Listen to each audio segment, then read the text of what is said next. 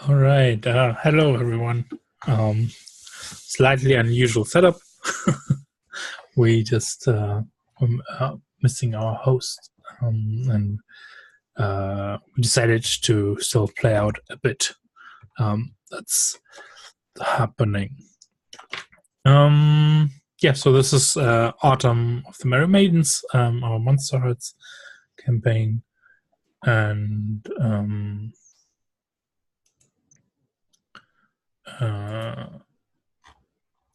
we left off last time, or maybe let's go around to introduce yourselves first. Who's playing Robin? That is Mikael who's playing Robin. My pronouns are they then. And I'm looking forward to not drowning today. And we have Kaylee back. That's me, Charlie, she, her. I'm very excited to be back. It sounds like Katie threw a wrench into everything in the session that I missed. And I returned to find it seems like half of my school is in dire straits after the beach party. Yeah, that is half my class. Yeah, that's a good jumping off point. This game does touch upon a couple of dark things at times. It's about teenage monsters coming to terms with their changing bodies and that are changing without their permission in particular.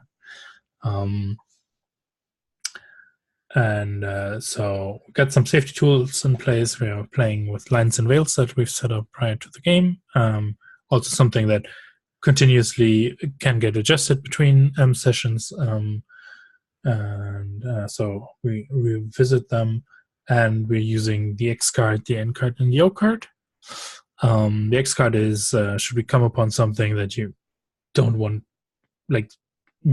to have in the fiction.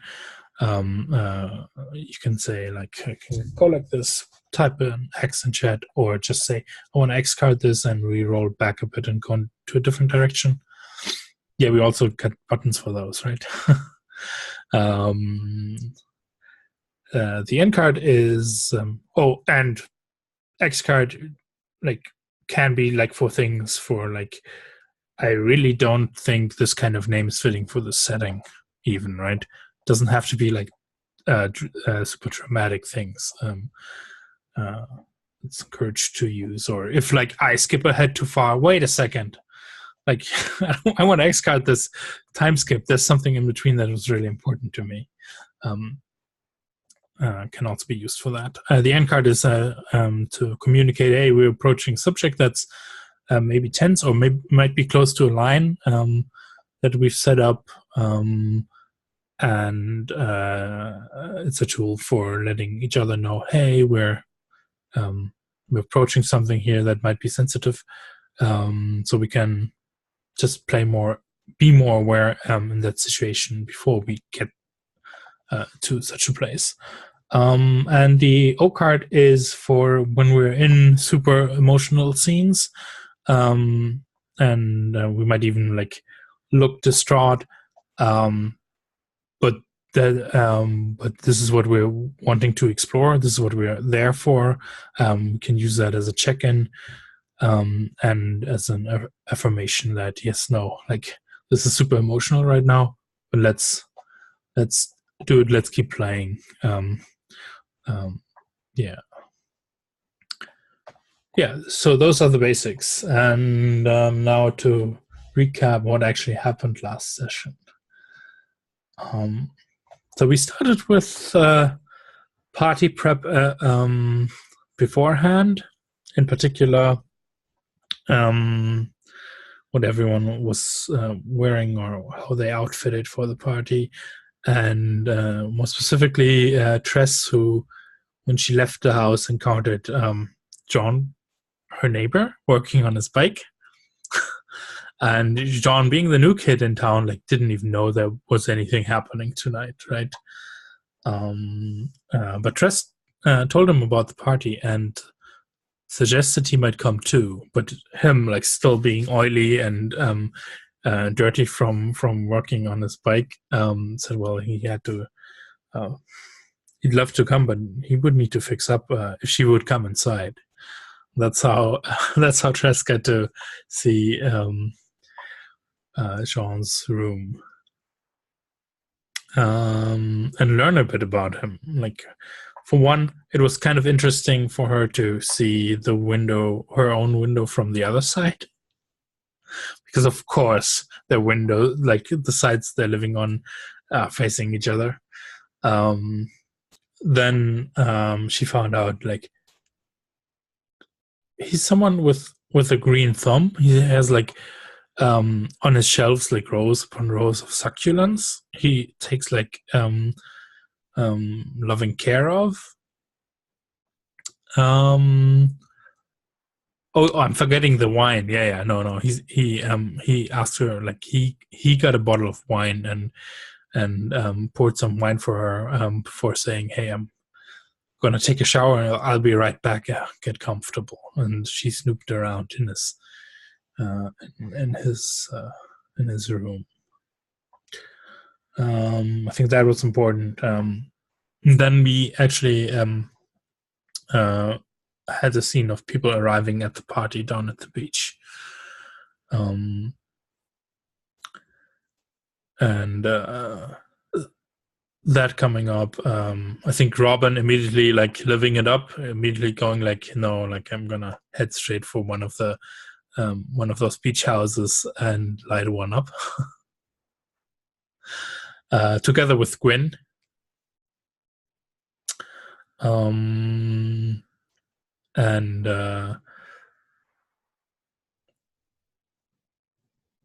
one thing that Polly, who was with Tress, started to notice was just, like, way too many older kids here. What kind of party is this? Turns out that what's his name?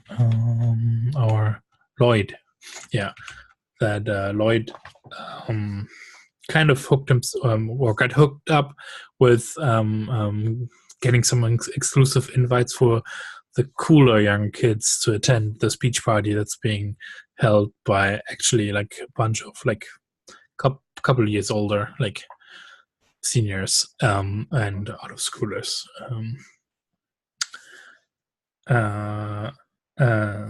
And that's how Nessa spotted, like, Nessa's Tressa's middle sister, right? And she spotted her there, and she kind of got furious with Tressa, wanting to, like, what are you doing here? And if names today, gotta cheat.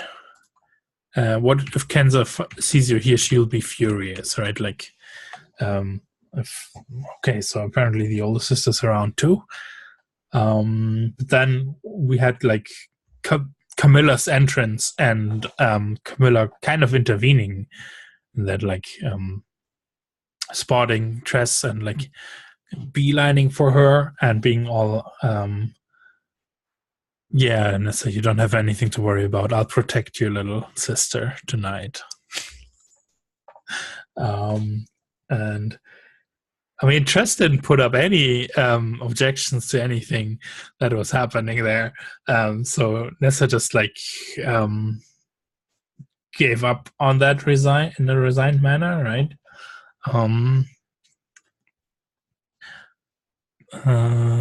But I think this is also when Robin got wind of what was happening there. And was, yeah, I don't think Robin liked what he was seeing there. This, whoever this Camilla is, or like, I mean, we know it's, everybody kind of knows that it's Carrie's older sister. But making these weird moves on Tress, and just Tress going along with it. So Gwyn, who had been smoking with Robin, though, like, wasn't really catching on what was happening.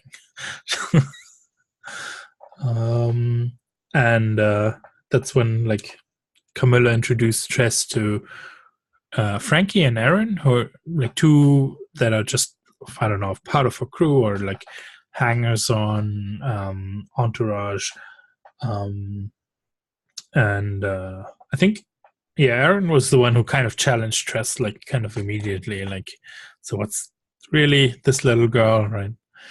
And that's when Camilla shut her down in a rather frightening manner. Like, there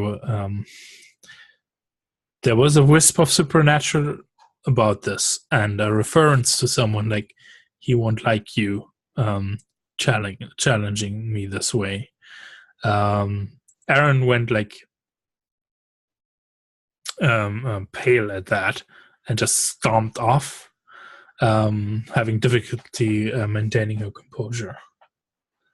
And wasn't that the time when Robin also tried to cut in for Tress? What was that? Do I remember this correctly? You definitely tried to engage once more, right? Oh, you muted. You're muted, Mikael. Yeah, I don't remember completely what happened, but I remember that the result was that I ran away and got hit by a plank. Yes, that's the result. I think I don't think there was necessarily like a direct versus role of you against Camilla. What it turned out was that Camilla was like, hey, Tress, let's dance. And turning her on, and Tress giving herself to Camilla. And I think that's what made you either lose your cool or something and stomp off, like not trying to not cause a scene. And that's when something hit Robin in the face.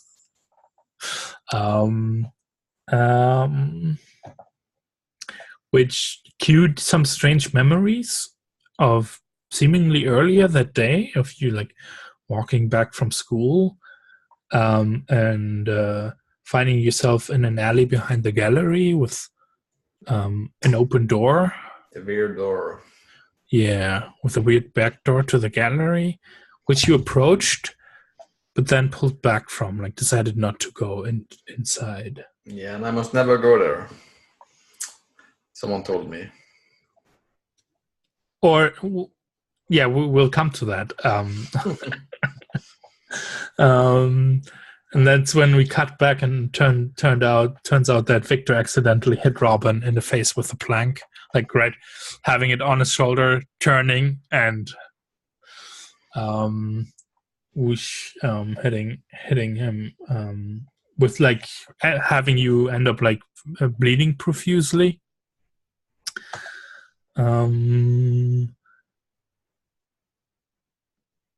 Yeah, so it was Victor and Amaris who, like, for whatever reason, found some planks, and I don't know, like at that point nobody knew what they were up to with those. But like a small little crowd, like Victor was like apologizing but not knowing what to do. But Nessa was around who kind of took care of Robin at that point. Right? And we found ourselves that she was taking Robin's hand and showing a peculiar interest, like after stopping the bleeding and cleaning him up a bit, and peculiar interest in his palm. And we get to a little bit of her reading his future or his fate. Remember, right? Nessa's also a witch, so there might be different talents that we're learning of in the three different sisters. And we had like a custom move for that as well, fire off. What do you remember from that custom move? Because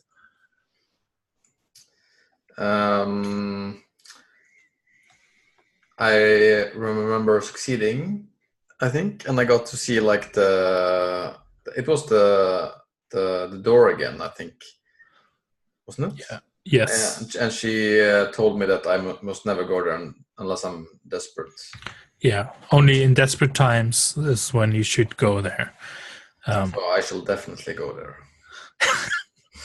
Yeah, like desperate times by whose measure, right? That's the thing that they I'm a always leave out. teenager. I'm always desperate. And I think you also shared a secret with her. That was, I think, part of the move. No. Or did you get around to that? Name who keeps you up at night. Oh, who keeps me up at night? Yeah, at that point it was still Tress. Yeah, yes. yeah. That came clear to her. Well, she doesn't know anything about me because that's not true anymore. Yeah, true, exactly. And Camilla was kind of like trying to keep like a watch on the entire party, what's happening everywhere.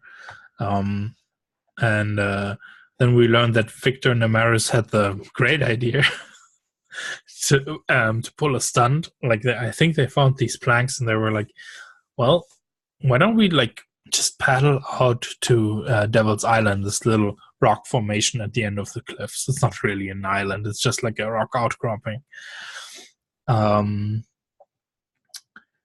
upon hearing that, how did that come about? Like, I think this is when Robin either was like, yeah, fuck it, I want to do this too. And somehow John got also pulled into that. Yeah. We So, were flirting. Oh yes, exactly. Yeah.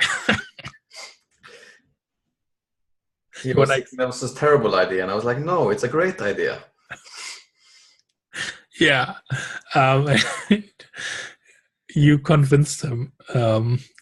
So, and John, and as John is like he's stripped but naked to go jump into the water after Victor and Amaris.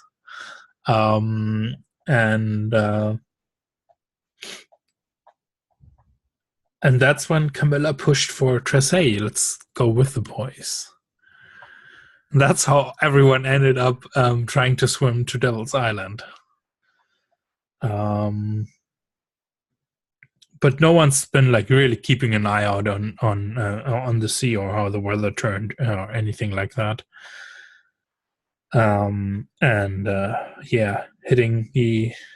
Hitting the Atlantic in autumn is a rather cold idea, and like everyone inebriated as well.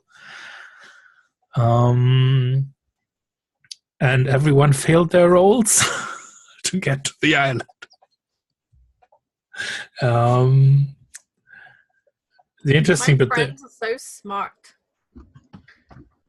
Yep. So in turn, we that's kind of where we wrapped up the session with Robin losing his strength and sinking down into the ocean, into the darkness, until he was seeing like a blue light, trying to swim towards that, but us realizing like that's away from the surface as the audience as we pull out. I think that's when Camilla, who was like also on dire straits, and was just making it, getting washed up on some cliffs, but being greeted up there by Aaron, being like physically attacked by Aaron, who thought like, oh no, now is my time to get back at this bitch. But Camilla just like in a moment of violent lashing out, kicked her legs out under her, and Erin hit her head on the rocks. And then when Camilla looked around, she saw Tress floating in the water and fished her out. So getting what she wanted, getting Tress alone for whatever. Not for whatever, for sacrificing to the Dark Lord. Exactly, something like that. Exactly that, actually. And that's where we left off last time. So, we could talk a little bit about what Kaylee was doing that night, right? And I think you got a text from Carrie, who sent you a text if you wouldn't.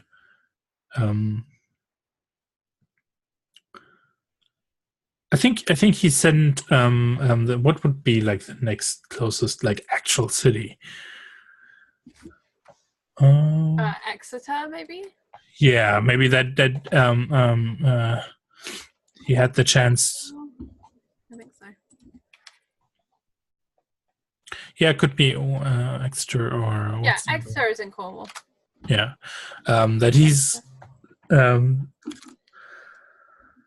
in Exeter, and he really needed someone to talk to. And like, here's the money. I'll PayPal you over the money for the train ticket. And I'm sure you'll be home. You can be home with the last train if you just he needed a familiar face to just talk to. And that's why Kaylee never showed up at the beach, right? She was meant to show up. She was meant to be going with Robin. Yeah.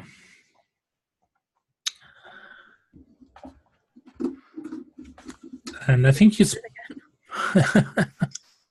spent the evening there, just listening to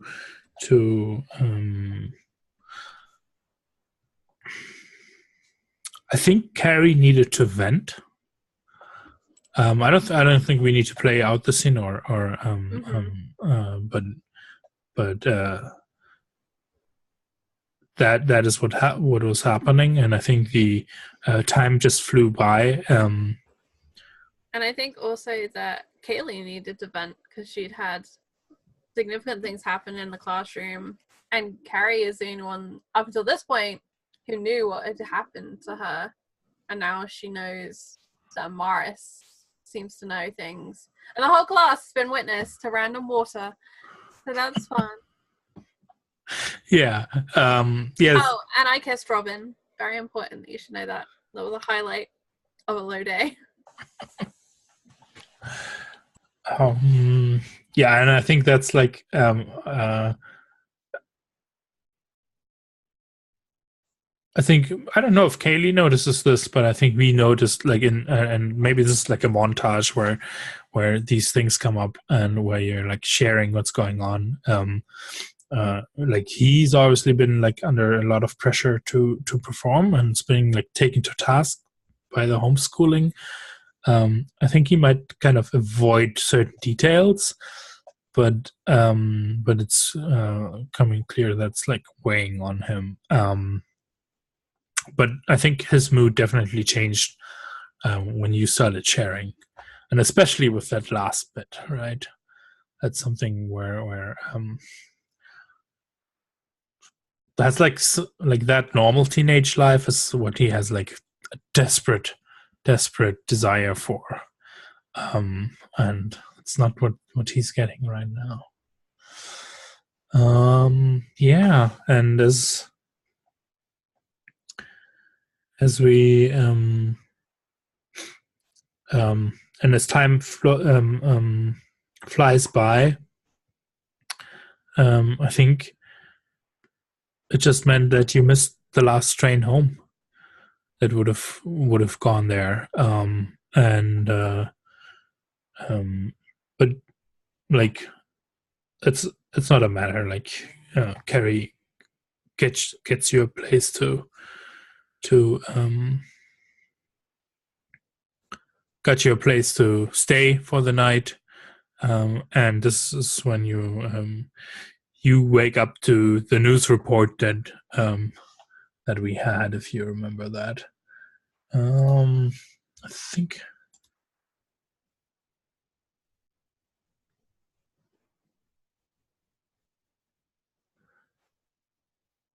Check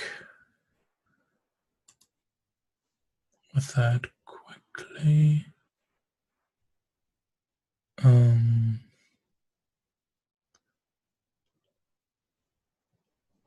I had that written down somewhere.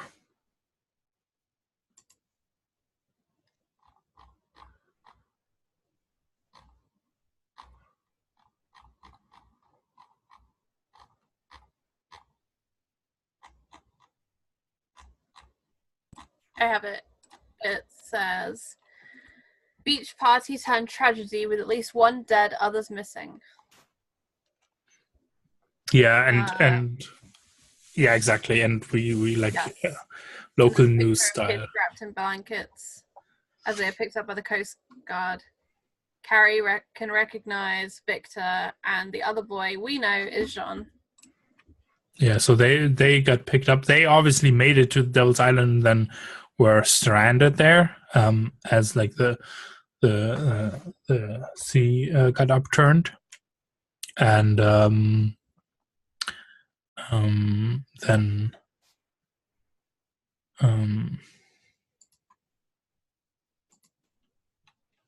yeah, that's how you heard about it, and I guess yeah, I think you can maybe over the morning and messaging other people, you can like gain bits and pieces of what must have happened or what so you're heading back with like this worry, I assume. Yeah, I think she would have probably would have texted Robin, because I imagine she has his number from obviously having arranged to meet him at the beach party if she already have it. And I think the last text or the last scene, she would have also texted Amaris as well, because she has his number as well. Oh, their number, sorry. Yeah, and they both kind of have like the last scene is like some like 7 p.m. time, like sometime like the party wasn't even in full swing yet kind of time, right? So and on the train from Exeter to Shallow Bay, the signal cuts in and out all the time because it's Cornwall and the signal is shit in Cornwall. But she's there, she's trying to like load up like social media uploads to see if she can figure out who was at the party and just what's going on that way. Mm-hmm. But the pictures are ridiculously slow to load. Sometimes they don't load, and she's there like refreshing, trying to get the signal. Damning the train for being so slow. And I think she is panicking for a lot of reasons. Not just that her friends are missing, but I think there is a strange coincidence sinking feeling about the entire situation. Yeah. And and I think this is where like seeing you on the train, this is where we cut to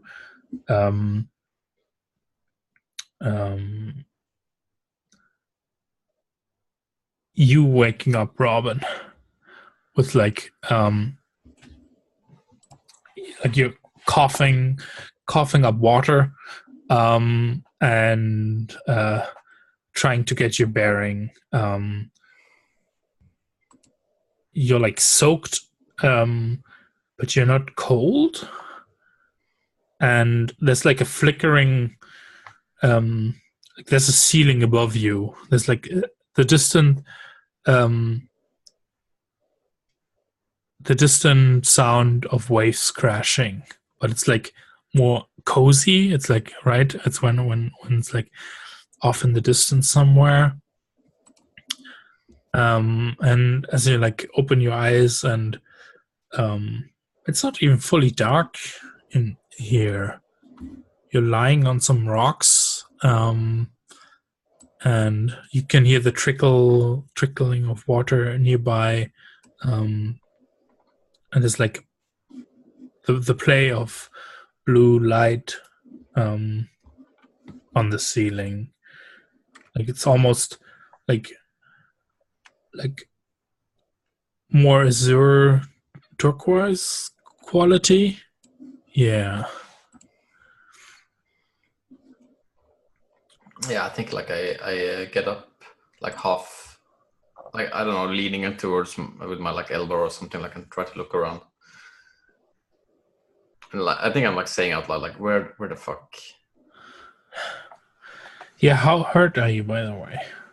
I have 2 harm.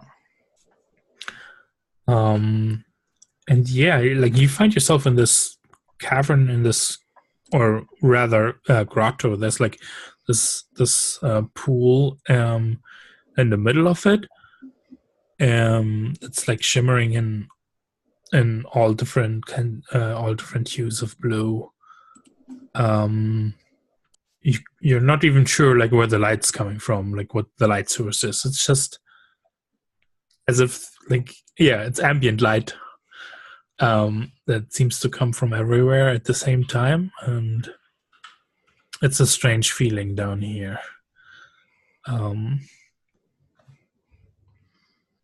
Is there anyone there? Yeah, so at first, like, it takes you a moment, but on like kind of diagonally across the other side of the pool, there's like a figure that's like pulled up their knees, and like gently rocking back and forth, with blue short hair. Amaris? You're not quite sure if is. No, I'm saying it, I think. Oh, okay. Yeah, the rocking stops and they lift the head. Oh, good. You're awake? And they like stand up, and they've got like some like cloth or like a blanket wrapped around themselves. You feel like you can't quite put your finger on it. This is like a Maris.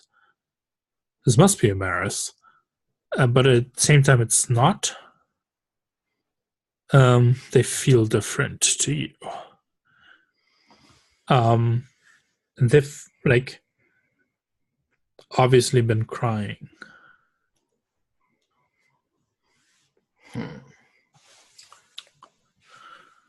You? Yeah. Yeah, go ahead. Are you okay?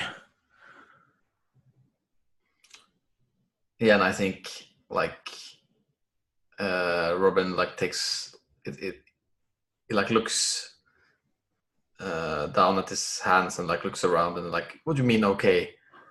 This is like the worst evening in the history of Cornwall or something. I don't know.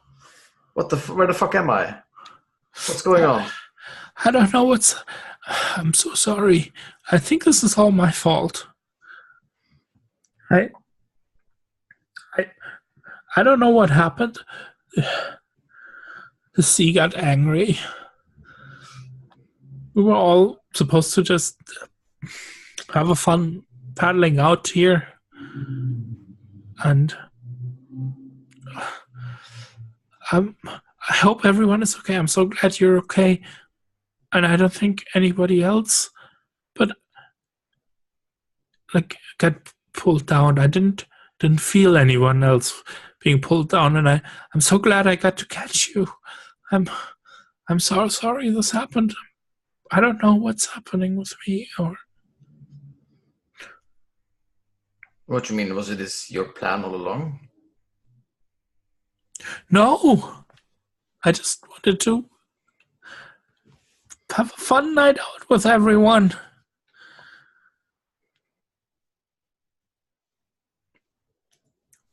Yeah, and I think like Robin like pauses for a second and looks at whatever that is over there, and like,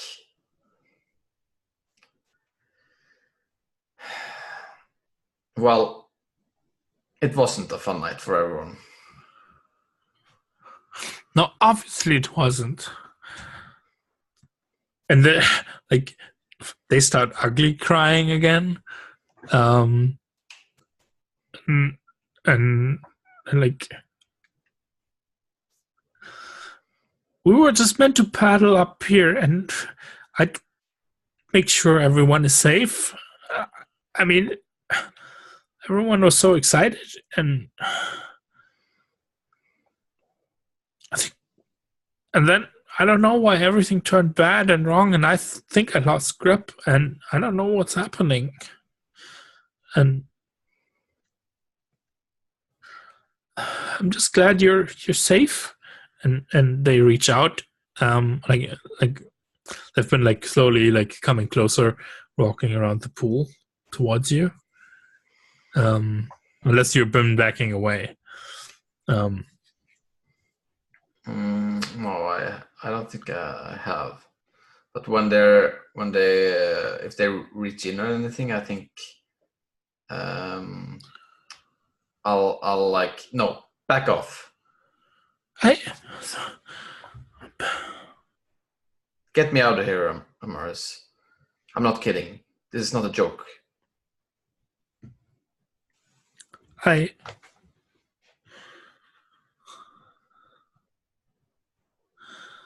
mean, I can, but are you sure you're okay? Of course I'm not okay. Where am I? If you want, I can like make it okay. I can have you like just forget all the bad stuff that's happened tonight. What are you talking about? I don't want to forget. I want to get out of here. Take me out of here. Yeah, but I'm not sure I should. You're so angry now. Yeah, I'm. Are you afraid, Robin? Like, here's a question, right? This might be a. Are you afraid of, like, how violent of a person is Robin? Is there? Not very. Okay, so there's not much of a danger that you're like.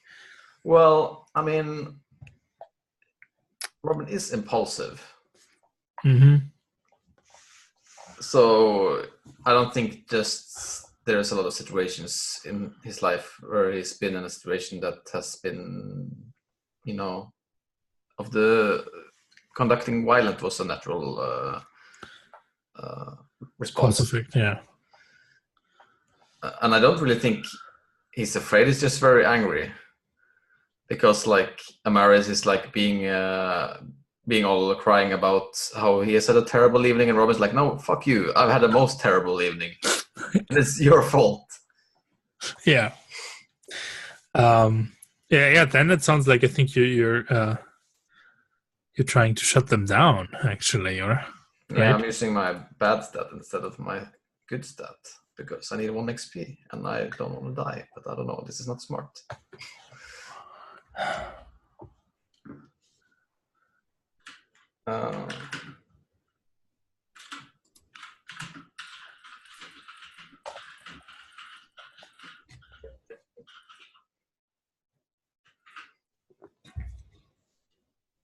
All right. Yeah. The bad evening. Nice. Yeah, I think.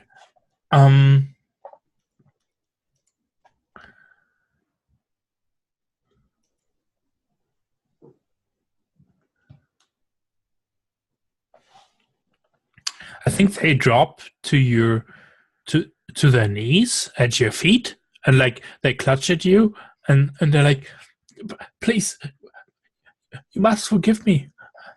I mean,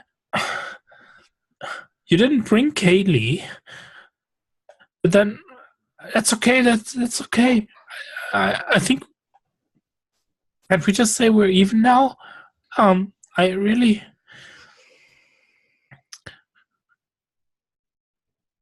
Yeah, and I think I just looked at my move sheet and I'm like, I think Robin is like, okay, it's true, I didn't bring Kaylee. And they like hang on to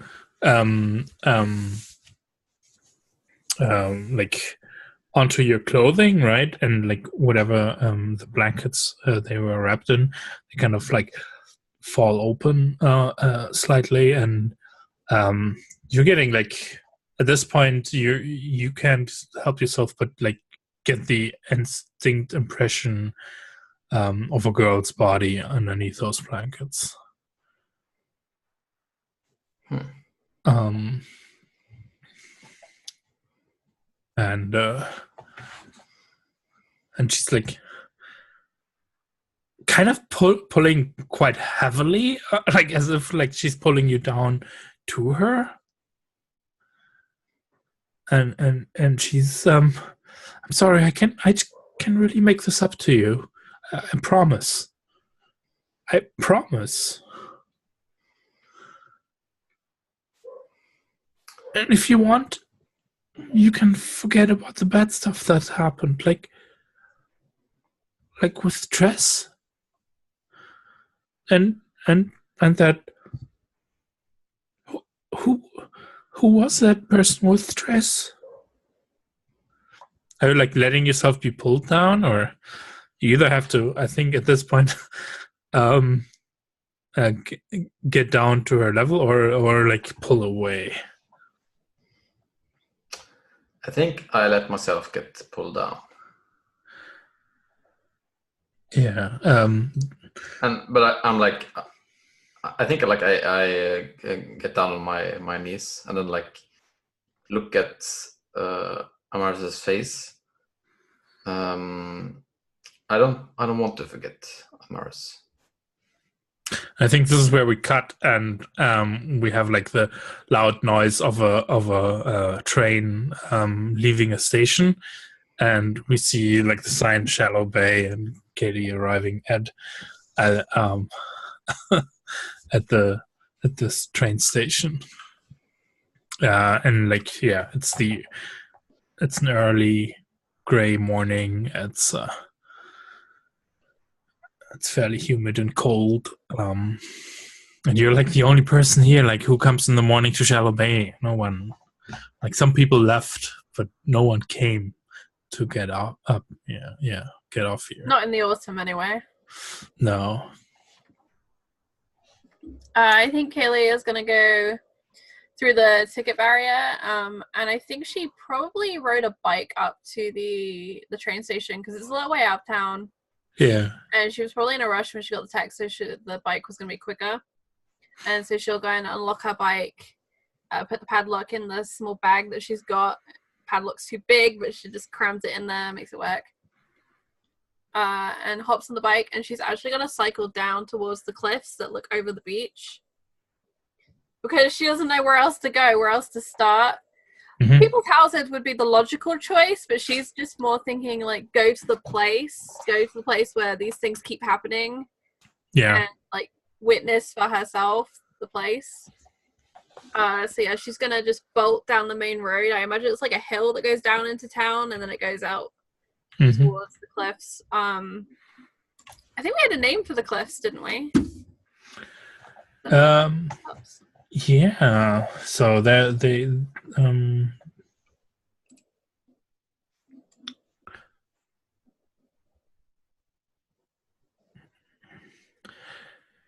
was a name that was dropped, and it's the ladies' bed sheets. And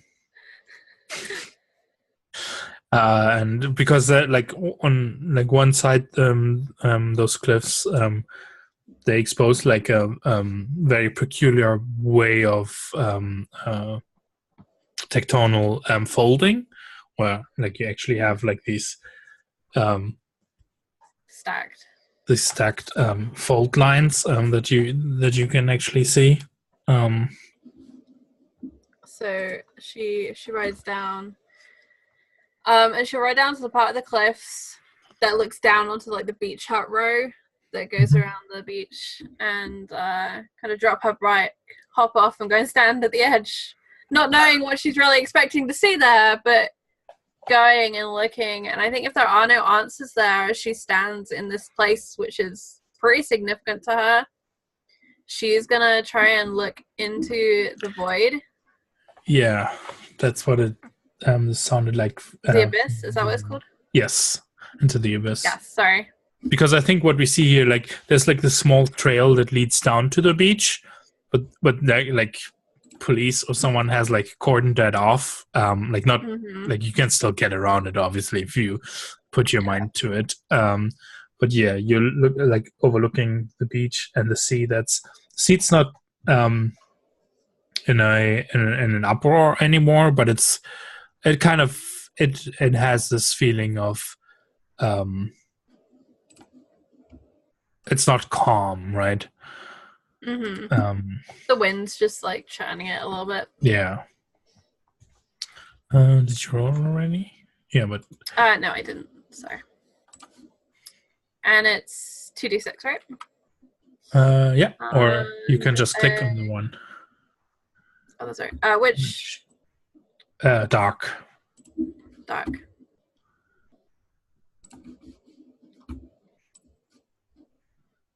No modifiers.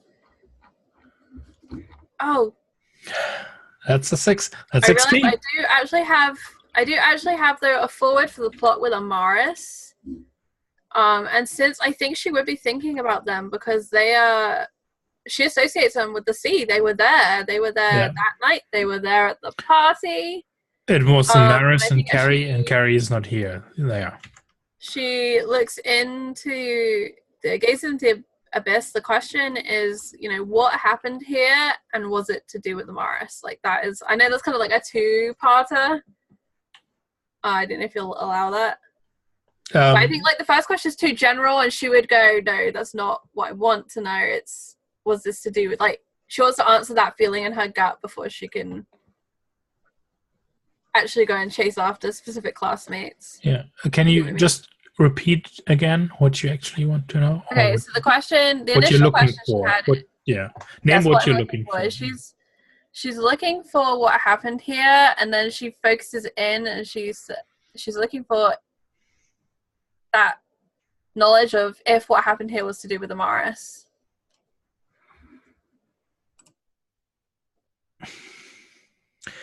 Yeah, I think, and on a 7 to 9, the abyss shows you confusing and alarming visions, but you get your answer nonetheless. And I think you're struck by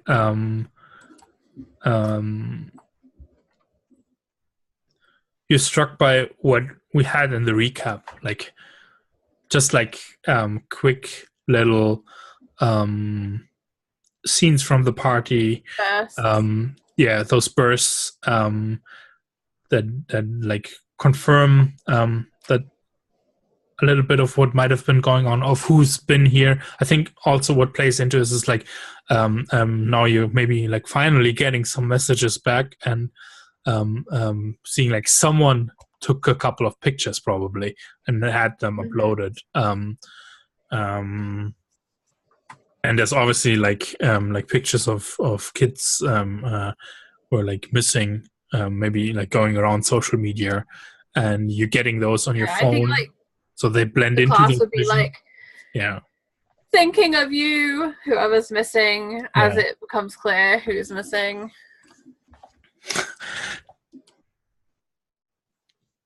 And you get the distinct you get the distinct feeling standing here, and you're standing like looking over the cordoned off area, and you're like like that's been combed, like there's no point in going down to the beach actually, and you're kind of like you feel that draw towards like just climbing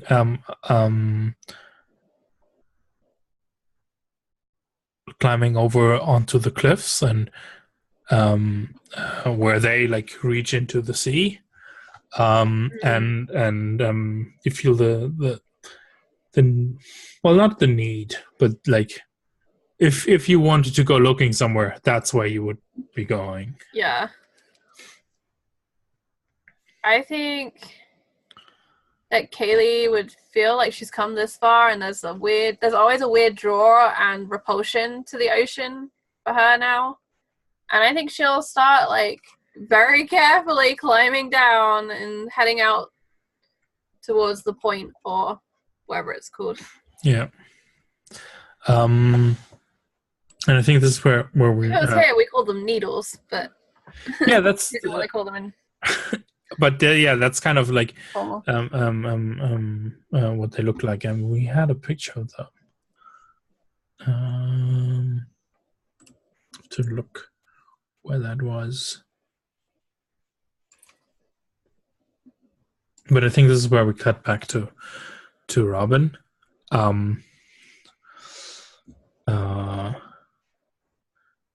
And Amaris is like, okay, you don't have to forget if you don't want to. I'm just offering. Just want to make things right because I don't know what went wrong, and I fear she'll be mad at me.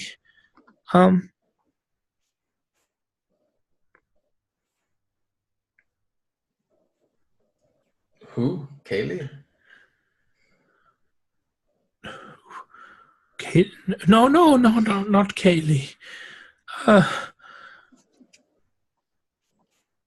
just fear that the Lady Nimue will be mad at me.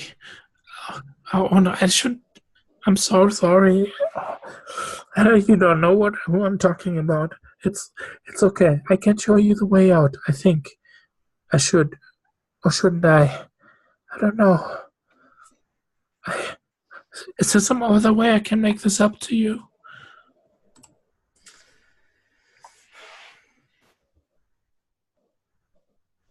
No, Amaris. Just, it's okay. Just get me out of here. Okay. And I definitely feel like I am forgiving someone for hurting me and excusing their base nature at this point. Yes, I think so too. So I can string on them. Yep. And yeah, and she pulls a blanket back up over her, and then they start wiping away the tears, right? And start like getting an expression on their face that you're more used to Amaris having. And they're like, okay, now this will sound strange, but we actually have to go back into the water.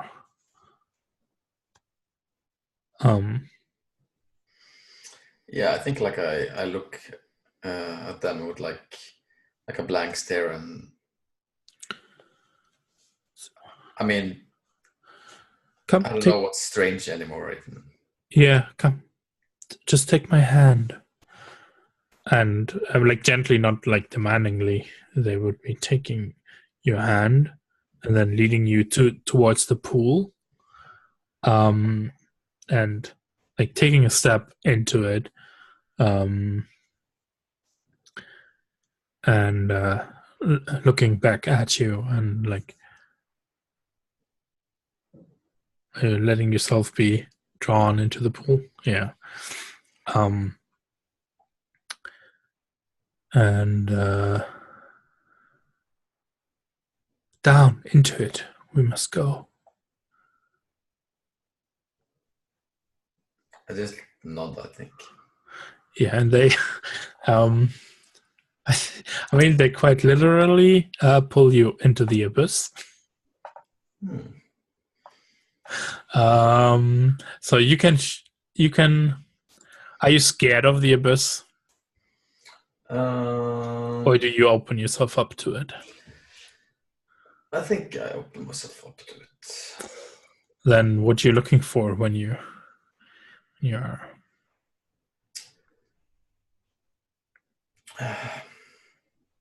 A way out, I think.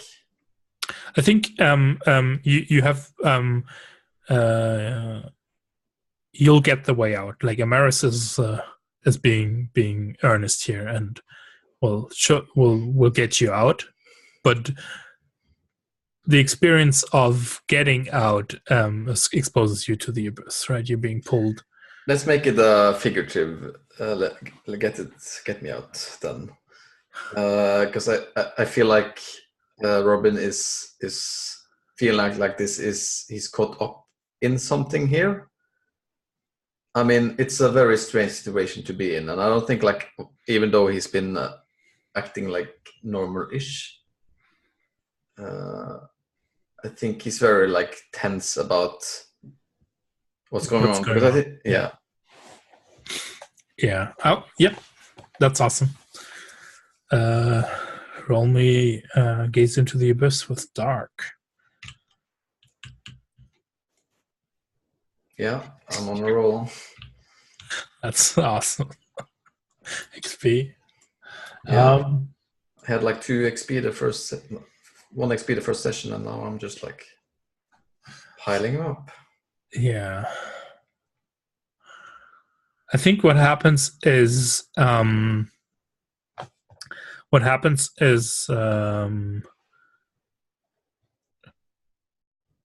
you're being like gently guided by Amaris into the darkness. The water engulfs you. It doesn't even feel cold. Like you feel like you're protected from the coldness. You're aware that it's there, but it's not aggressive, attacking you or anything. And Amaris is like pulling you deeper into the darkest blues of the pool. And this is when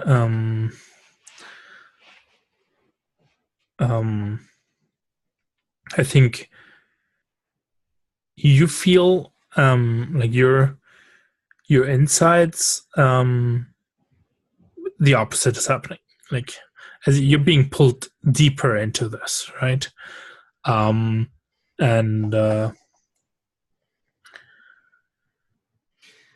it's like pulling at your mind. You're like, this is crazy. You like have to think back to that alleyway, and there's this point where you're like, you're pretty sure Amaris is pulling you towards that alleyway. Yeah, this seems like the perfect point to choose my new move, down the rabbit hole. Okay. Tell me about your new move. When you go poking your nose in affairs not meant for your kind, someone involved in the situation gets a string on you and you mark experience.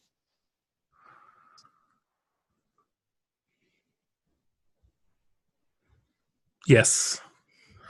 Yeah,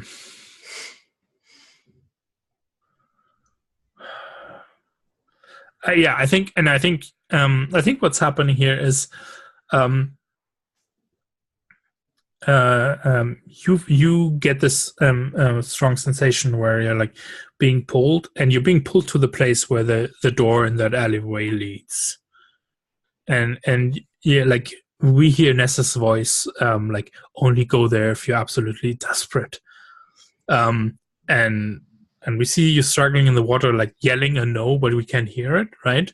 Just see you like no, and like gripping your arm away from Amaris, and Amaris like shocked by that, like what's going on now, right? Why are you acting up now?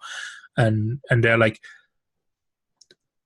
turning around and like trying to get a hold of you again, but this is when like the current takes you and pulls you somewhere else, and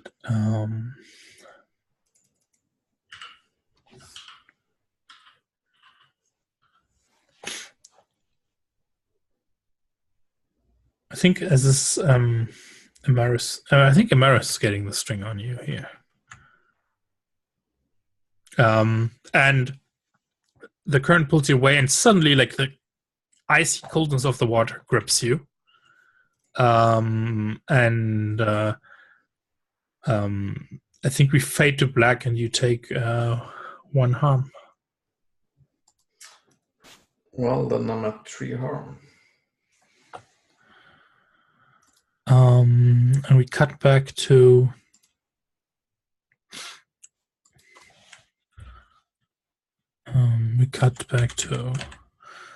Kaylee. Kaylee, so you're like climbing over the rocks. I think you're instinctually trying to stay on high ground, basically, because that gives you the feeling you can watch the sea. You're not getting closer to it. So you're like we see you clambering across over the rocks. And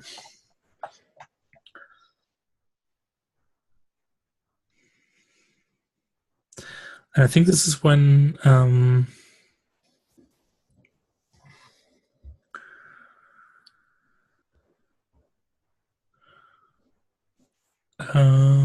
I think let's take a short break here because we've been going for an hour, and yeah.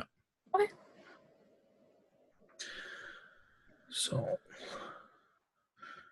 everyone get something to drink or.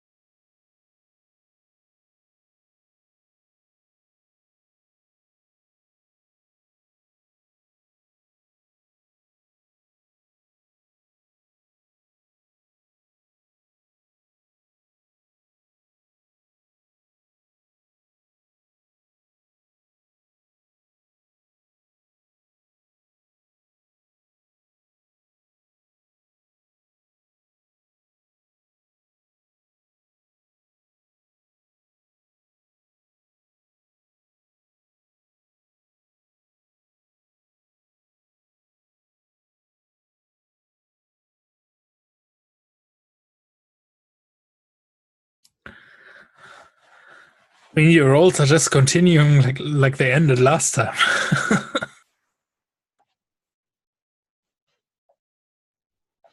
Yeah, I was complaining about not failing ever, and now I'm just failing on everything. So that's how it goes. Yeah.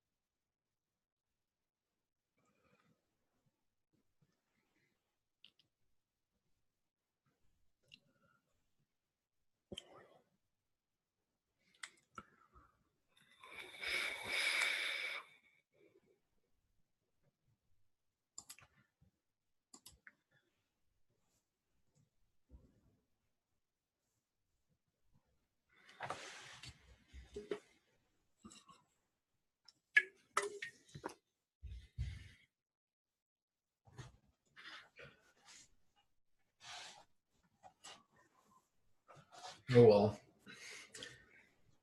Soon I'm entrenched with Amaris as well. Entrenched. Yeah. I mean, isn't that your goal, to get entrenched with all the important NPCs and characters? Yeah, if I make him my lover. I'm not sure I want that though.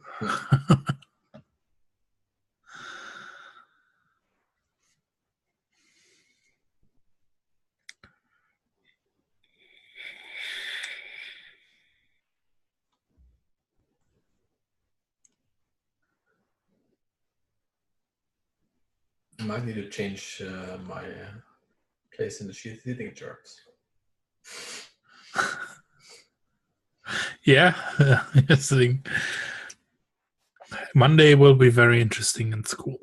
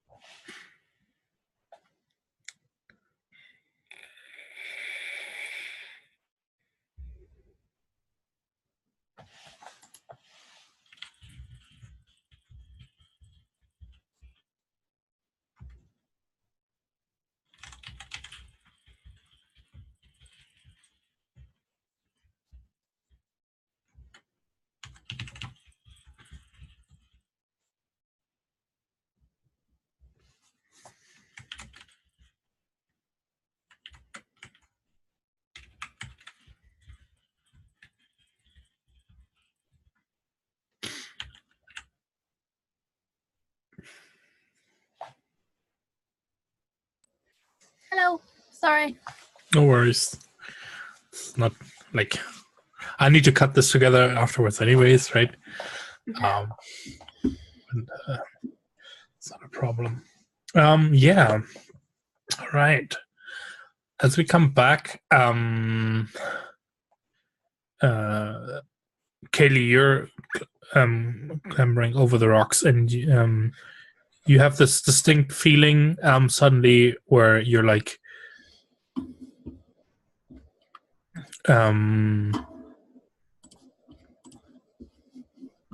Actually, instead of clambering, because I'm a ghost, could I is be this kind of changing? Are you like, yes?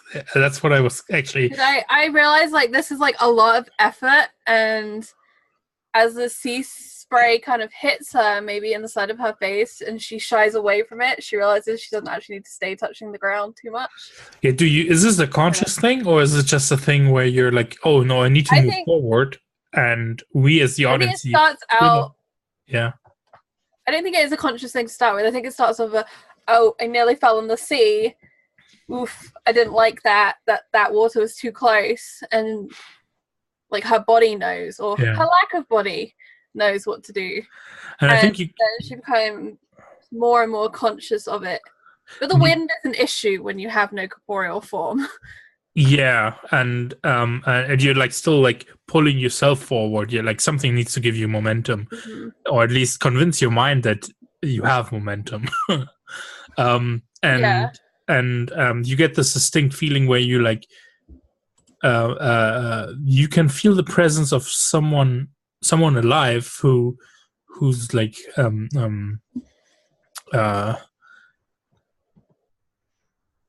quickly losing the hold on it, though, and you feel it's down there at the water,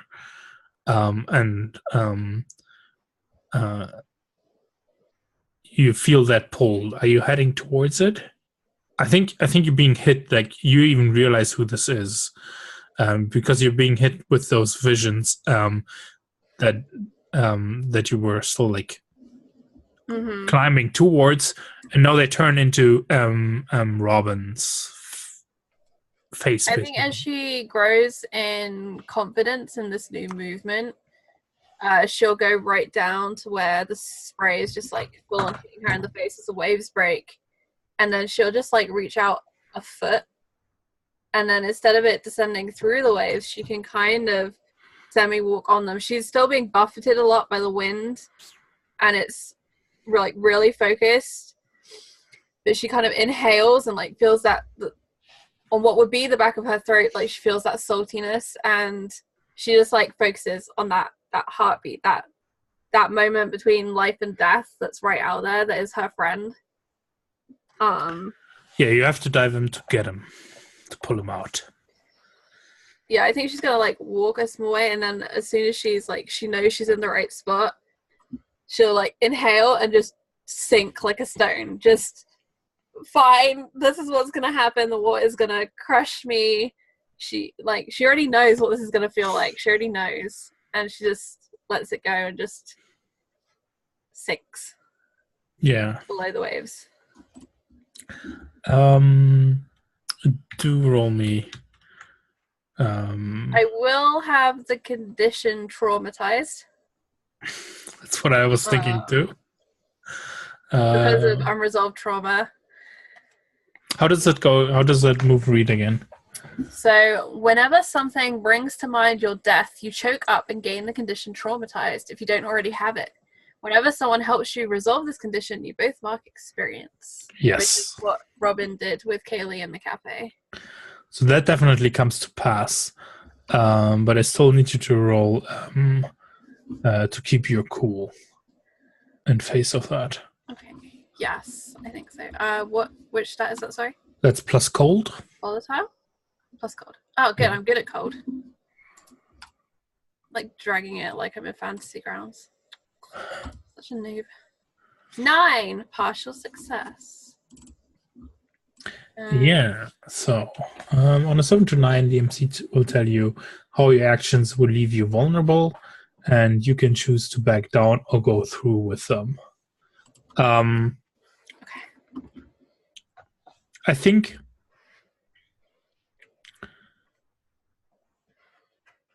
yes, you dive down, and there's this point where I think what's like really bringing it back and giving you the traumatized condition here is, this entire situation. But then there's this blue light that seems to be like trying to get to Robin first. You can get, but if you want to, you can manage get Robin and get him out. Mm-hmm. But the blue light will know that you've been here. And the blue I light is Amaris. I think we can be explicit about that. Yeah, I think she keeps her cool enough that she's gonna focus on getting Robin out and worry about the consequences of whatever this means, whatever this is. Yeah, and I think once she gets to Robin, it's now I gotta get out of here. This is not a good place to be. This is a bad place. I do not want to be in the water. Yeah, and I think we get this image of a more or less lifeless Robin floating, right? And like blue hands reaching up from the bottom, trying to grasp a foot of Robin, and Kaylee coming down in this ghostly embrace underneath Robin's arms and like pulling him up, and we like immediately cut to the surface at the I think at the beach actually, where Robin, you're like being pulled up and you like get to breathe. Which is good because I'm not sure Kaylee could do CPR if she wanted. Yeah, especially as a ghost that's can. Yeah. That would be awkward. Yeah, you're like being immediately like pulled up.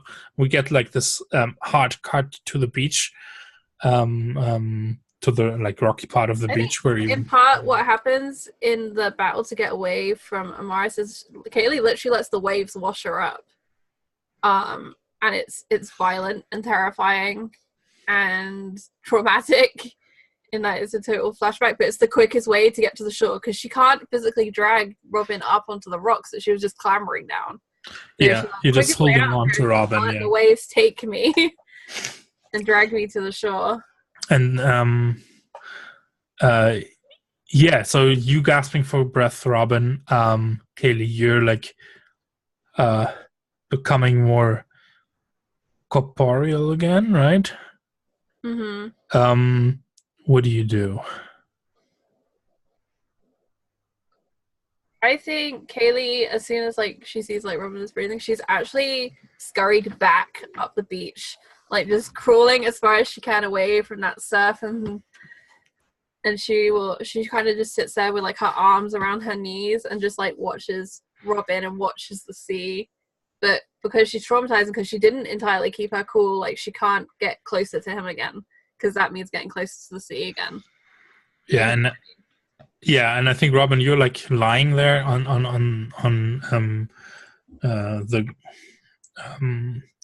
the rocks, and like your legs are being washed up by the waves, right? But you're on solid ground again.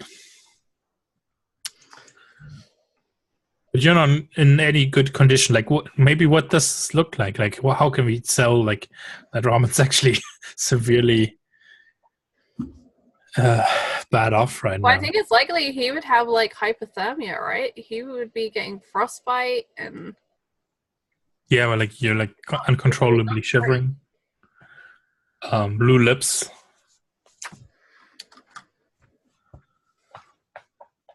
Yeah. I think I tried to like get up, but I'm not sure if I like managed to do it. But I drag, or at least like half walk and half drag myself like more up the beach. Yeah.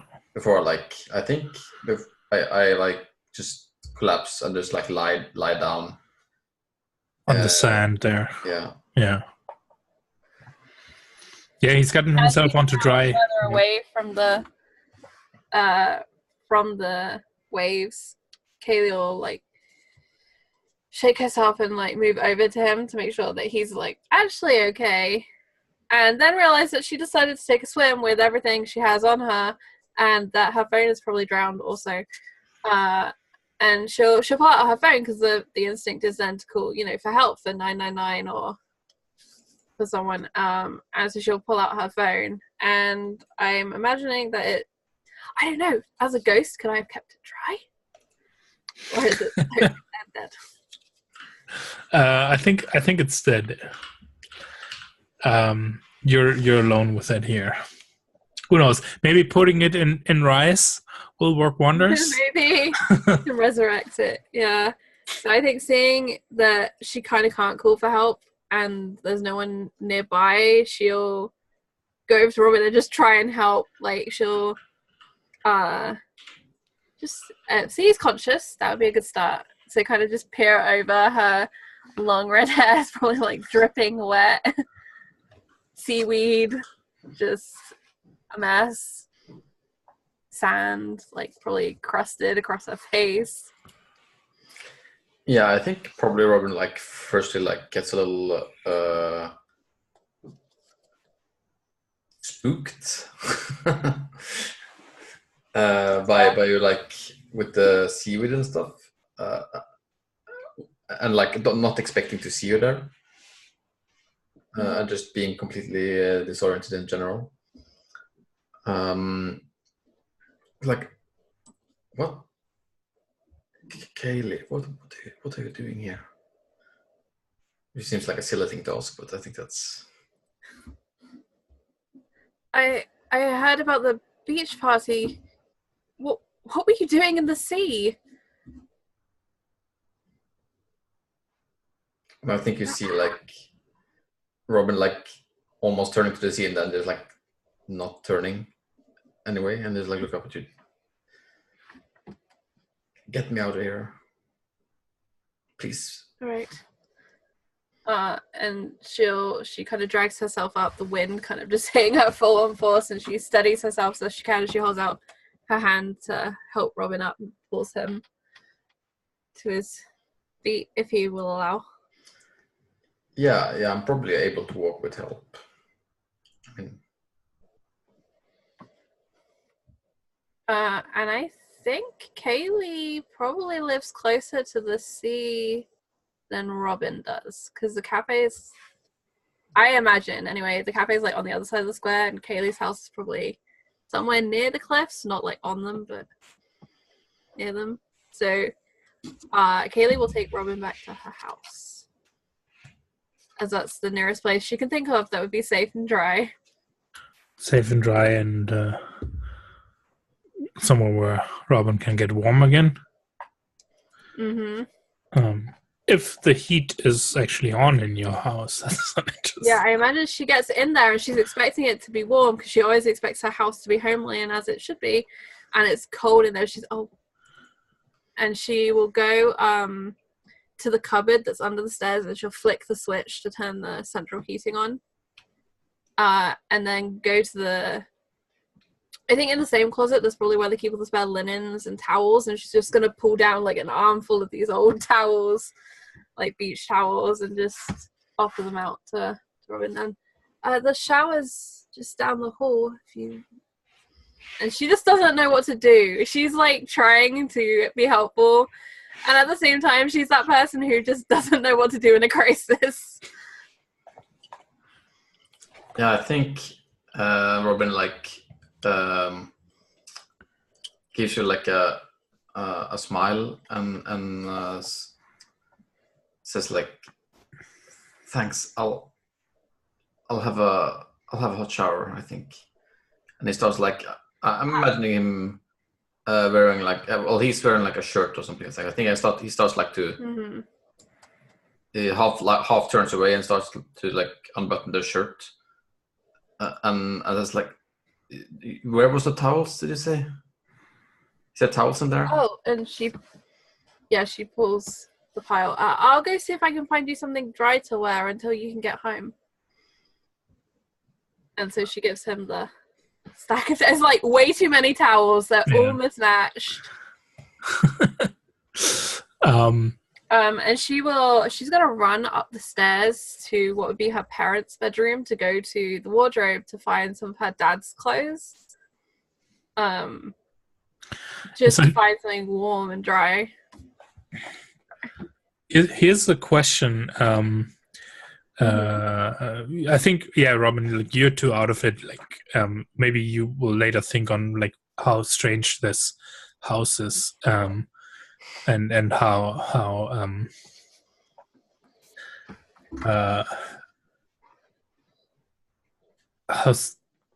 no one's been there for the longest time. Maybe you will later notice those signs about it. But you're heading to the shower, like right to get some warm water over you to like wash off the sea, the salt, and that kind of stuff. And I think, Kelly, like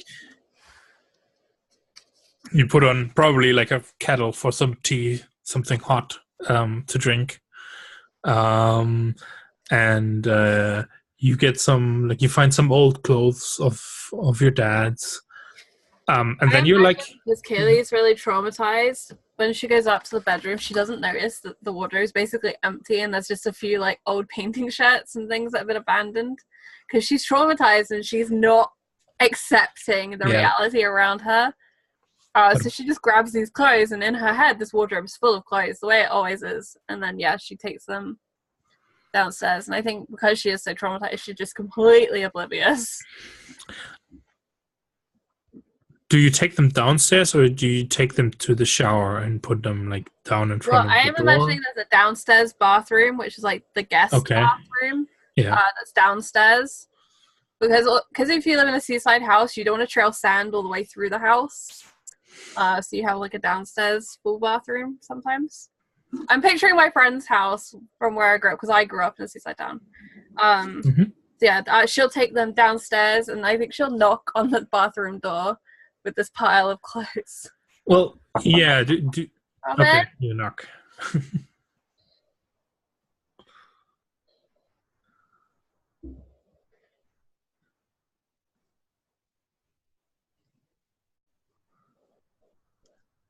Oh, you're muted. That's what I was saying. I'm muted. I'm muted. Really tense moment as I hold this pile of clothing. Yeah. I think that's pretty much the sound you hear. I think you just hear the sound of the shower. I mean, I think as you knock that the door wasn't properly closed. Yeah. You can actually... She's a filthy creep. She's actually gonna like very gingerly just like open that door with the intention of just putting the clothes like on the ground so he can find them when he comes out.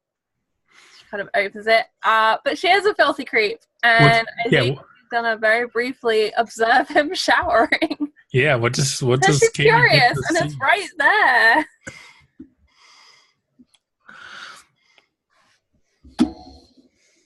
And I actually have a move. Yeah, tell us about the move. The move is called Creep. When you silently witness someone in one of their most private moments, perhaps sleeping or putting on makeup, gain a string on them. I think this counts, but I want to know what we see from, like, how we see Robin. Yeah, same. Yeah, I think it's so bad.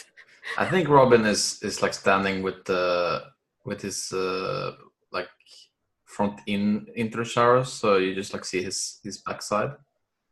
And I think like I think though he like notices the door open, and I think he like looks. I think he like, I don't know. He looks where you're at. You're like visible now, right? I think no. Yeah, exactly. I want to know if she's just used to people not noticing her. It doesn't occur to her to go invisible. Well, I imagine like that he slowly turns and sees her, and she just stands there looking at him. Well, I don't think it matters really, because you know he sees the pile of clothes, and I think he just like smiles at knowing that you were in there, and then just like continue showering. Is there is there like a thing about like, because it's us as the audience also seeing Robin naked for the first time, right? Is there something we notice about his body that like we wouldn't usually notice when the clothes are on? Like what I'm thinking here, like sometimes in these shows, like people are like super super ripped, which they shouldn't be, right? You're like, Yeah. what? Yeah, I don't Got think like a really sexy tattoo somewhere. Or I don't think Robin is super ripped. He's quite thin. But you notice his hair is actually quite long. But it's like curly usually, so you don't really. Well, it's still like long, but you realize now with how long it actually is. Probably like half down, like below. It's longer than the shoulders. nice. Yeah. Cool. I think I want to cut. Yeah, I say just cut to Kaylee's in the kitchen and she's making tea. Yeah. Either aware or unaware that she's been caught. Just Didn't I try to turn around when I looked in the direction of you when I was naked in the shower? What? No, you don't. I don't know you there, but. Yeah, I think that's what the creep moves relies on. That's like one-sided. yeah, maybe she like stepped back, like as you turned, she just kind of stepped back and the door closed. Yeah, there was a sense. Was there someone there? Or yeah. Oh well, that's the pile of clothes. But then we cut to the kitchen, and you come like dressed in these old, worn out. Maybe they have like spots of paint on them.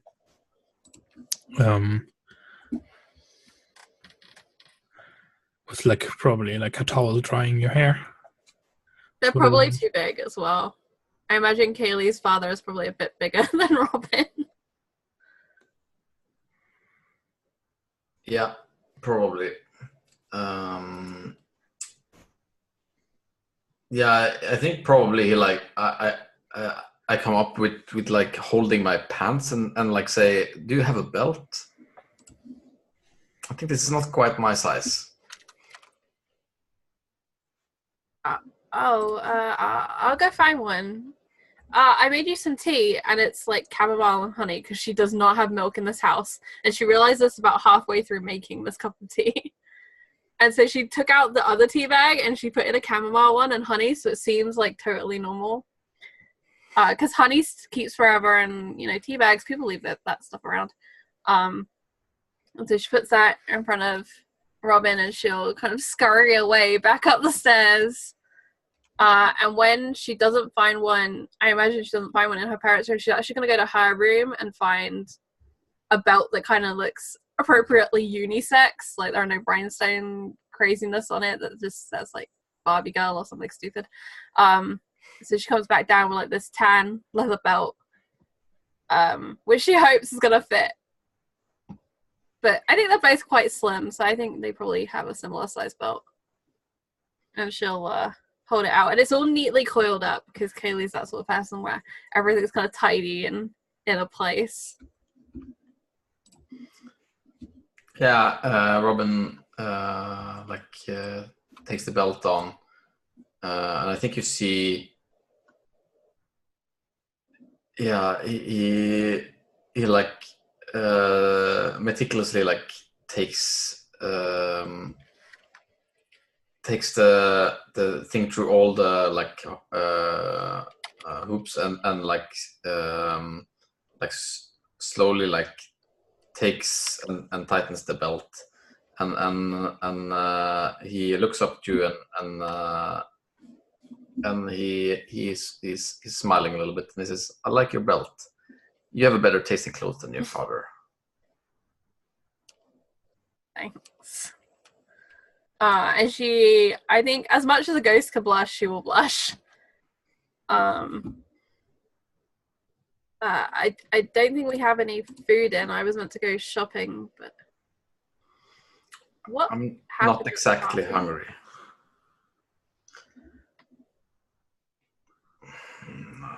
I mean, a lot of things.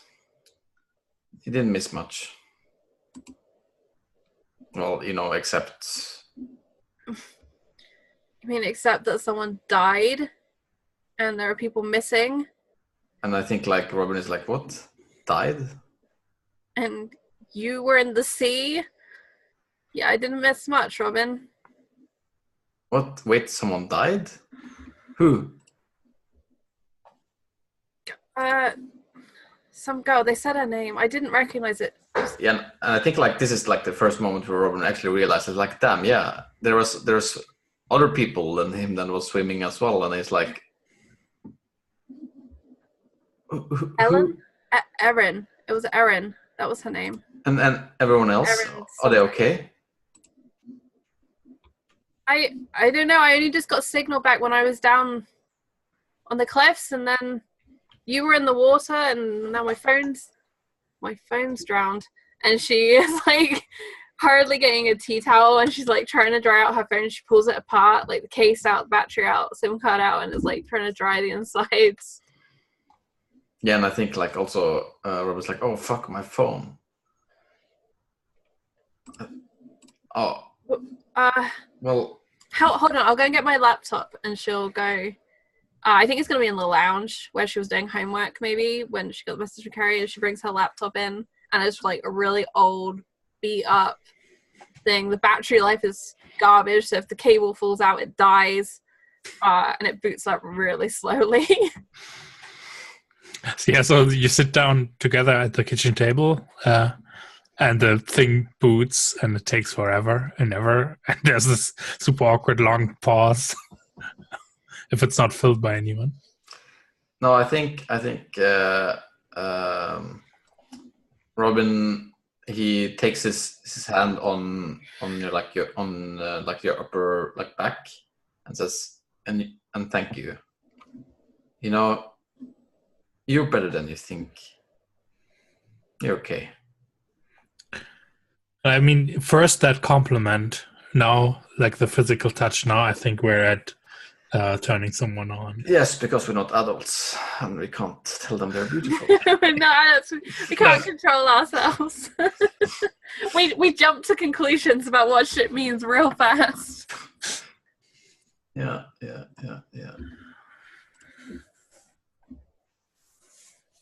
Oh my god, I don't know.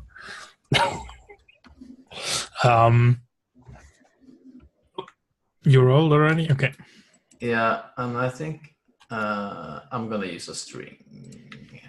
I don't have a string on you actually. What? Don't. Yes, you do, because of the kiss in the cafe. Didn't you get a string? Oh yeah, I think Because I only half succeeded.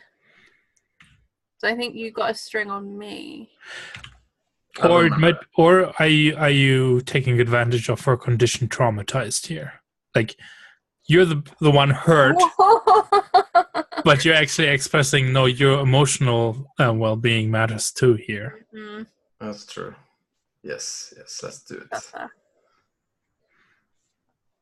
Because whenever you take advantage of someone's condition, you get a +1 for rolling you.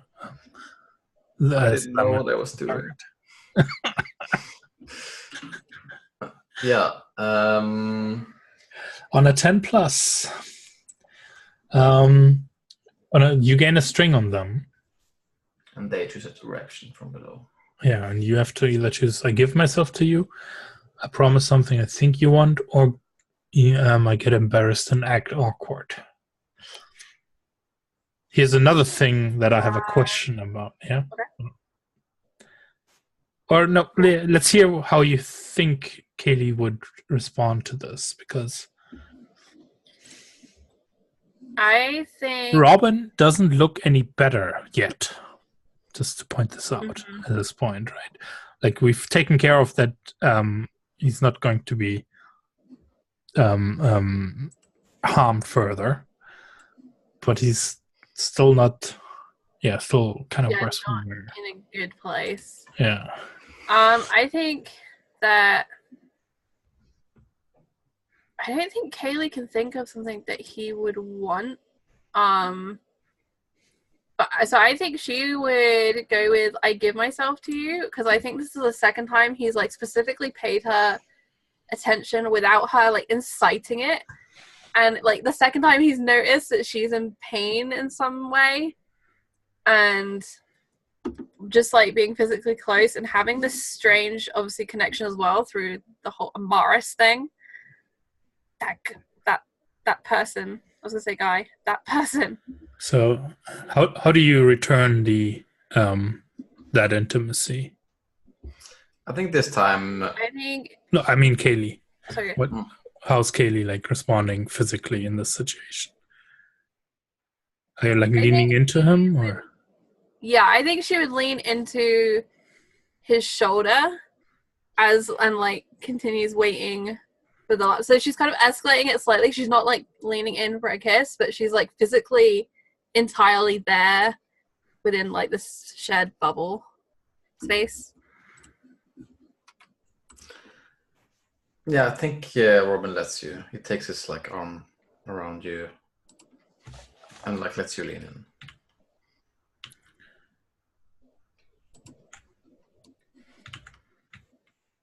And I think she manages to type in her password wrong the first time she tries because she's distracted and her fingers are cold. And, you know, you type really fast when you're being impatient and trying to impress someone that you're sat next to. And she's like, fuck. And she types it again. Like, a little slower this time. So I think, like, there would be the opportunity there as well for... you bringing up Robin like the reports? String on Kaylee, because he would know Kaylee's password. I don't know why I'm trying to give a string away, but like that's my impression. He's just won something in this whole setup, and I think like she flustered to that degree, so he could have the password to her computer. That can also just be the fictional positioning. That doesn't need to be a string. If we want to just state that. The interesting bit here, or my question was more, but I don't know how you two feel about that, but as you're like pulling up the news reports, I think she goes to social media. She goes to see what all their friends are saying rather than to like BBC News. I want to know if this turns into Shallow Bay Gazette. Yeah, if this turns into Robin like telling Kaylee what went down last night, like in detail, like what happened at the beach, like the entire thing with Tress, with Camilla, like all the stuff that's actually not relevant to almost drowning at the end. Yeah. Because that might trigger a move here. So I think that's Kaylee would maybe trigger this situation by taking him to like the social media and say, look, like this is the last photo anyone has. All these people have commented, but no one knows what happened. How does no one know what happened? What the fuck? It's just like getting more emotional as the trauma is still there. Yeah, I imagine it being like that. I don't think Robin like tells in detail, but like there's pictures everywhere, and I think you see the things pretty much. Like you can read into it. It's not. You see like Camilla dancing with Tress. Yeah, and I think you definitely see like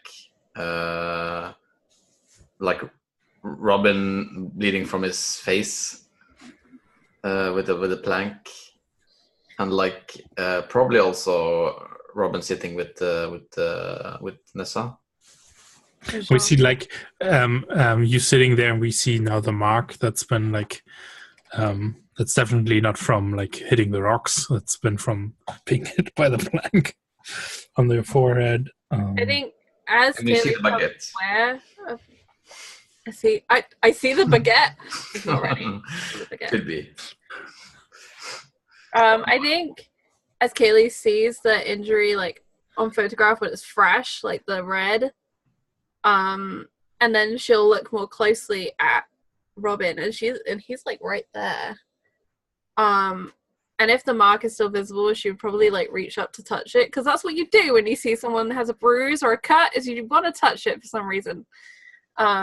And so she would reach up to try and touch it. If this was the king of Z, I say, do you let me? I think this is Kaylee turning Robin on now. Sure. Kaylee's not good at this. Right? You're like, she's like turning your face a little bit and like touching where you were hurt, while we see like you like bloodstained on the beach on one of the photos. Yeah, this will be interesting. Finally, someone is turning me on. And I can preface this with I have a string on Robin because my heart is not good. Oh, let's see. Partial. It's a partial. It's a The string partial, points yeah. to being partial. So on a 7 to 9, they can either give you a string or choose one of the reactions. Just giving a string is a little boring, so I'm just gonna. My question here is this a situation where, well, what are you thinking maybe first? Well, I'm thinking it's a little like I don't think Robin sees the situation as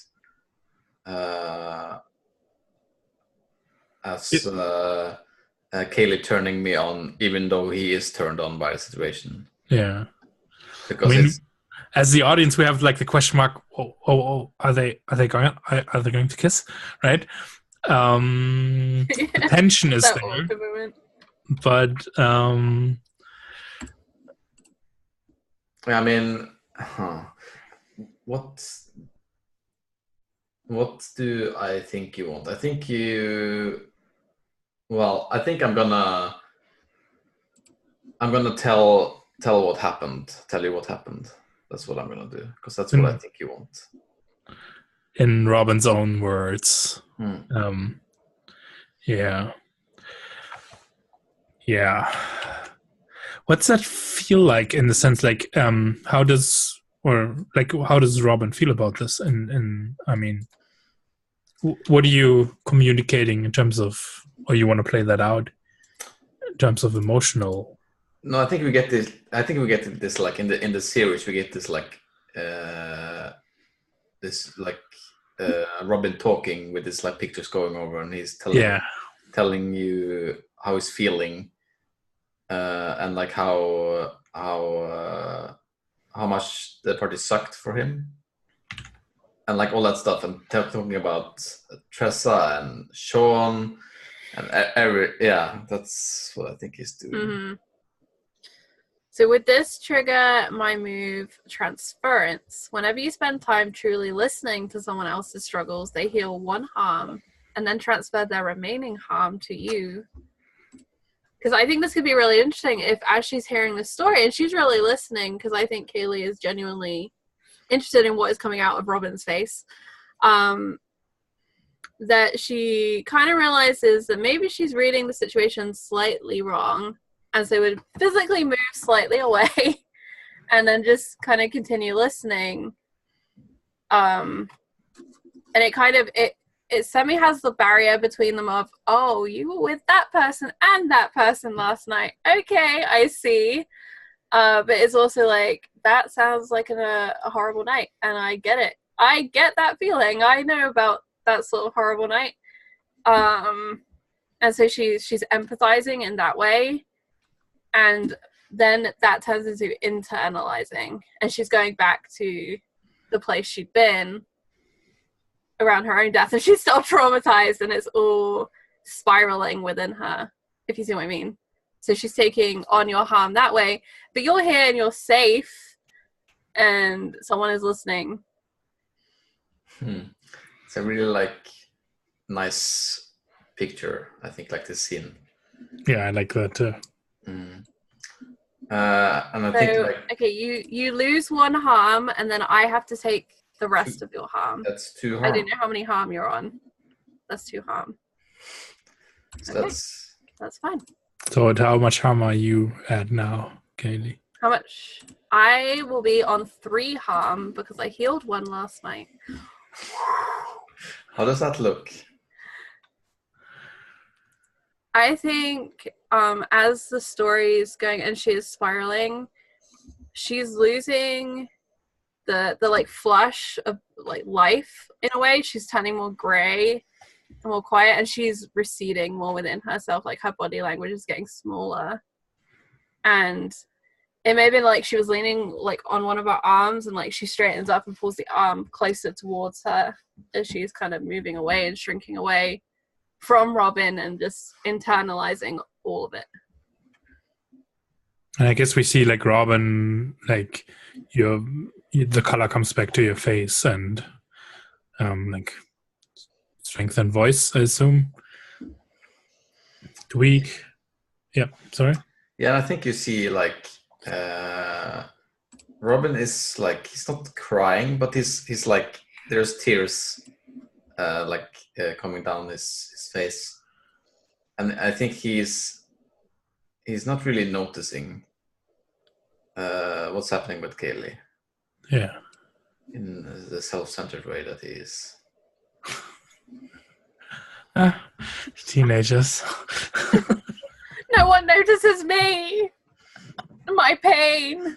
Even though it used to be your pain, it's not my pain. You don't notice. Oof.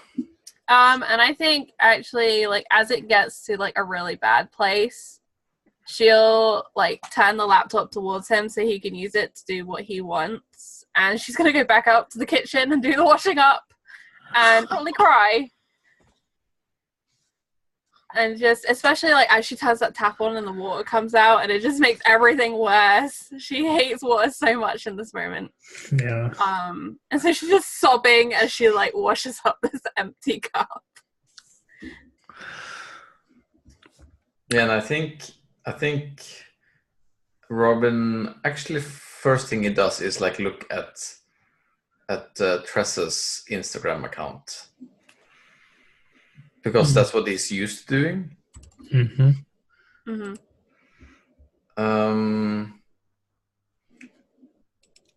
Yeah, and I think, I mean, that could be a maybe a good place to end, actually. Yeah. Because we don't know what's happening with Tressa. Yeah. We don't know. I'm thinking something similar. I think. Yeah. I think Kaylee is actually going to take the parts of her phone that were like drying on that tea towel, and she's going to put it all in the bin. She's going to scoop up the tea towel. Whole thing is going in the bin. She's done with people. Oh yeah, almost. Yeah, you're very close to. Yeah, really close to my darkest self. Yeah, potentially. But we'll see. I assume a little bit later is when Robin will like return home, right? That there's a point where you get home during the day.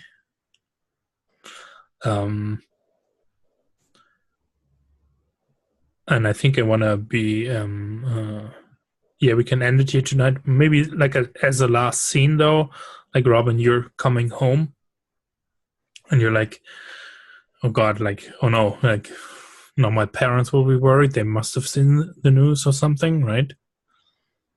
And as you like unlock the door, you go in. Like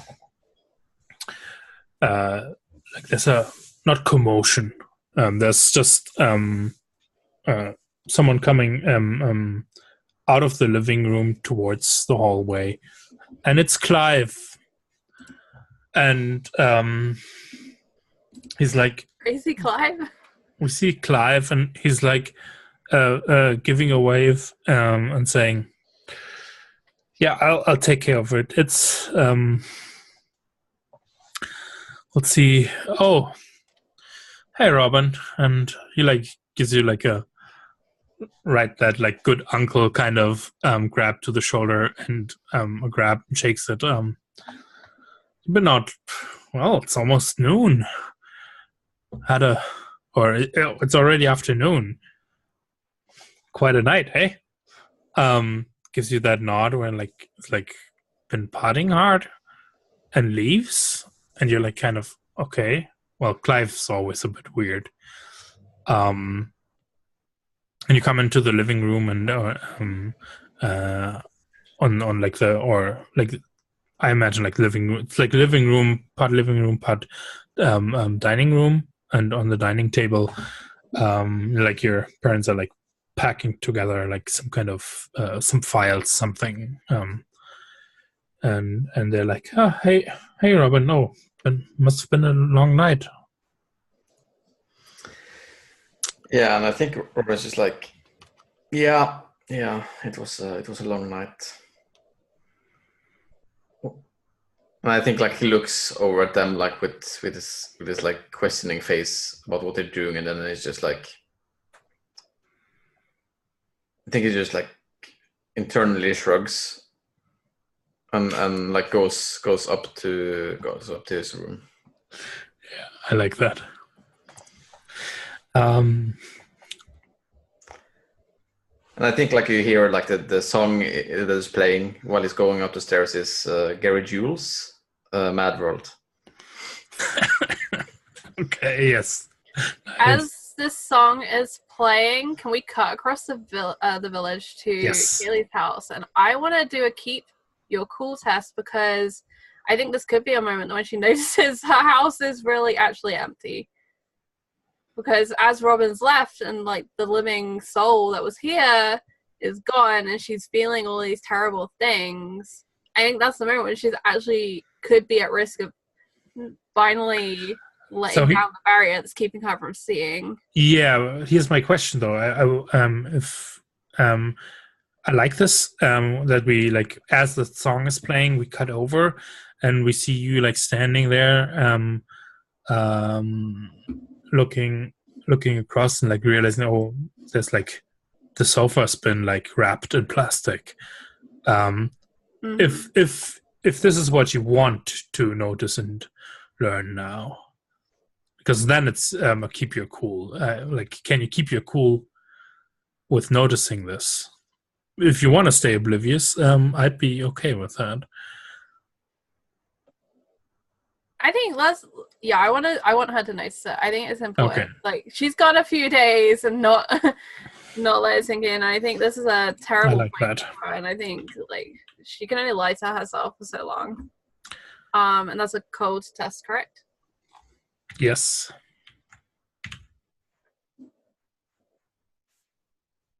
Ooh, she succeeds. Ooh. Because I would have just said you going to. I really wanted that XP. I really wanted the XP. So when you keep your cool and act despite fear, what's the action that we see you do, though? I think we need to see. Are you like? I think taking the wrapping as she's off. Been looking around. I think she had the mug in her hand, the wet, soapy mug that she just washed. And I think as she's looking around and she sees, the kettle's still there, but, the bread maker's missing. And then she remembers, like, the fridge was empty. And she walks through to the lounge with still dripping mug in her hand. And she sees the sofa. And I think as this is realizing, we see, like, her hands are trembling. And the audience is like, is she going to, like, what's she going to do? Like, is she going to drop this mug? Is she going to throw it?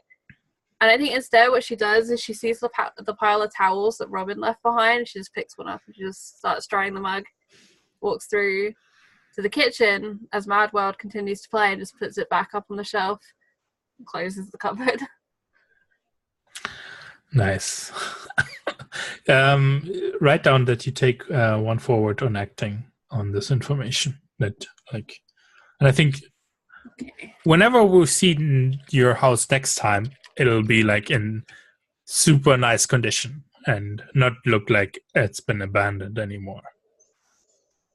Yeah. I think, like, in keeping her cool, what she's going to do is she decides within herself, like, she's going to keep up the facade that there are people here, that there is a family here, and that's, even though that's a totally insane thing to do, that is how Kaylee keeps her cool and doesn't go to the darkest place of, I've been forgotten, I've been left behind, is, I'm just going to keep going. They'll be back.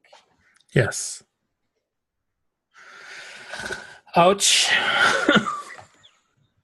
Oh my god. Yeah. Robin, you're such a heartbreaker. I was scared that poor girl. I was scared that we might go a different place here. I really liked what you two did with what happened tonight and that kitchen scene. It's really nice. You're still muted, Michael. I figured I was like, it was my first chance to really play the mortal, I think. Yeah, with forgiving Amaris, that was also super nice. I like that. That was your way out of that super strange scene where normally you'd be like, what the hell is going on? But just accepting it, okay.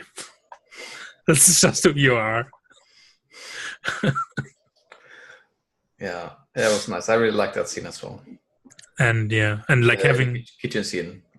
Mhm. That is, it's my favorite for this first session. Yeah, mine as well. But I also like that we got to see Kaylee being her ghosty self. Yes. Yeah. And that got expressed. That's really cool. Yeah, Monday will be interesting. Next day at school. Yeah. Just another manic Monday. Yeah, and also what's going on with Tress. Tress. And everyone else that we haven't accounted for. Where's Tress? Yeah. Where's Jean? We don't know. No, we do know Jean is safe. Jean and Victor got picked up. Yeah. That's So that is it. But what happened to Tress? Well, maybe we'll find out next time.